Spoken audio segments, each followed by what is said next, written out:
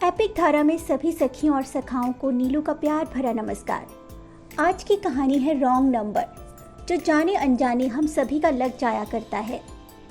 बिना आईडी वाले landline phone से लगे रॉन्ग नंबर कभी परेशानी का सबब बन जाते थे तो कभी कोई खट्टा मीठा अनुभव दे जाते थे। मेरा आपसे अनुरोध है कि अगर आपको ये कहानी ज़रा भी पसंद आए तो प्लीज़ चैनल को सब्सक्राइब अवश्य करें और बिना हिचकिचाए लाइक शेयर भी कर दें। तो प्रस्तुत है कहानी रॉन्ग नंबर।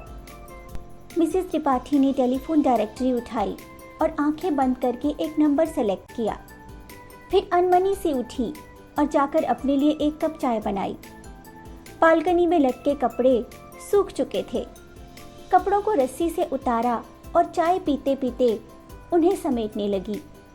ये नीली साड़ी समीर उनके लिए जयपुर से लाया था। कितने साल हो गए, रंग आज भी वैसे का वैसा है। नीला रंग समीर का हमेशा से ही फेवरेट रहा है। उसकी अलमारी भी नीली टी शर्ट्स और शर्ट से भरी रहती है। काफ़ी देर वो नीली साड़ी को यूं ही सहलाती रही। फिर हिम्मत करके उठी और नंबर डायल किया। आज 21 तारीख जो थी, उनका तो जैसे नियम ही बन गया था हर महीने की 21 तारीख को फ़ोन मिलाने का। दूसरी ओर से किसी ने फ़ोन उठाकर हेलो बोला तो मिसेस त्रिपाठी के उदास चेहरे पर मुस्कान खिल उठी। हेलो समीर, बेटा मैं माँ बोल रही हूँ। कितनी देर लगा दी फ़ोन उठाने में, बिजी था क्या? उधर से कोई जवाब नहीं आया तो मिसेस त्रिपाठी फिर बोली, अरे अब तक नाराज़ है माँ से? कुछ तो बोल बेटा, तेरी आवाज़ सुनने को जी तरस रहा है। हेलो, सॉरी आंटी, मैं समीर नहीं गौतम हूँ। लगता है आपका रॉन्ग नंबर लग गया है। उधर से जवाब आया। मिसेस त्रिपाठी के चेहरे पर फिर से मायूसी छा गई, पर कुछ संभलते हुए वो आगे बोली, बेटा मैंने तो अपने बेटे से बात करने के लिए फ़ोन लगाया था। अगर तुम्हें डिस्टर्ब किया तो मुझे माफ़ करना। अरे कोई बात नहीं आंटी, मैं भी आपके बेटे जैसा ही हूँ। मुझे भी बहुत अच्छा लगा जब आपने इतने प्यार से मुझे बेटा बुलाया। मुझे बेटा बुलाने वाला वैसे भी कोई नहीं है, गौतम ने जवाब दिया। मिसेस त्रिपाठी का गला भर आया। कुछ संभलते हुए वो बोली, गौतम अगर तुम बुरा ना मानो तो क्या आज रात का खाना मेरे यहाँ खाओगे? बोलो तुम्हें क्या क्या पसंद है, मैं तुम्हारी पसंद का खाना बनाऊंगी। इतने प्यारे इनविटेशन को मना करने का गौतम का मन ना हुआ। उसने मिसेस त्रिपाठी से उनके घर का एड्रेस लिया और शाम को आने का वादा करते हुए फ़ोन रख दिया। मिसेस त्रिपाठी ने किचन का रुख किया और दोपहर से ही डिनर की तैयारी में जुट गई। बार बार घड़ी देखती, बालकनी में जाकर झांकती या फिर ड्रेसिंग टेबल के आगे खड़े होकर अपनी साड़ी का पल्लू सेट करने लगती।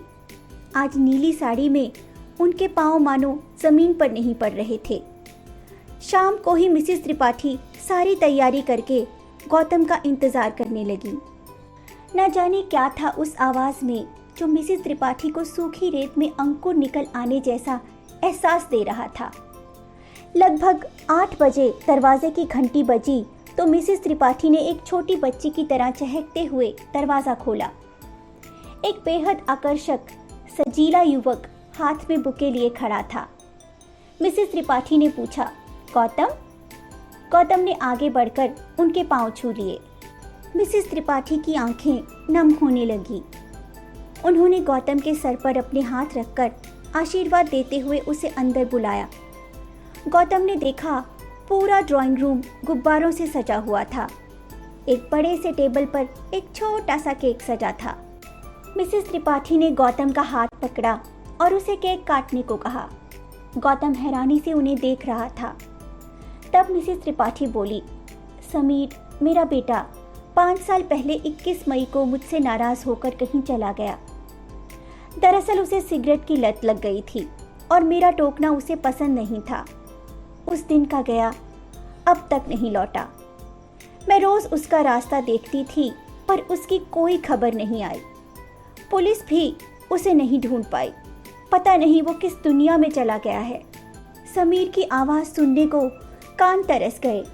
पिछले 5 साल से मैं हर महीने की 21 तारीख को रॉन्ग नंबर डायल करती हूँ, इसी आस में कि एक दिन मेरा समीर मुझे मिल जाएगा। जानती हूँ मेरा तरीका गलत है, पर यह फ़ोन समीर ने ही लगवाया था। कहता था ये फ़ोन हम दोनों को जोड़े रखेगा। उनकी बात सुनकर गौतम की आंखें भर आई। उसने मिसेस त्रिपाठी का हाथ अपने हाथों में लिया और बोला, मेरे माँ बाबा नहीं हैं। जब मैं छोटा था तभी दोनों एक हादसे में मुझे अकेला छोड़कर चले गए। बेटा शब्द सुनने को तरस गया था। आज आपने बेटा कह के बुलाया तो माँ के प्यार को पाने का स्वार्थ मुझे यहाँ खींच लाया। चलिए हम दोनों साथ मिलकर केक काटेंगे। सच में बहुत भूखा हूँ माँ, आज आपके हाथ से खाना खाऊंगा। मिसेस त्रिपाठी ने एक नज़र फ़ोन पर डाली और सोचने लगी, इसकी निर्जीव सी दिखने वाली तार ने उन्हें फिर से ममता की डोर में बांध दिया।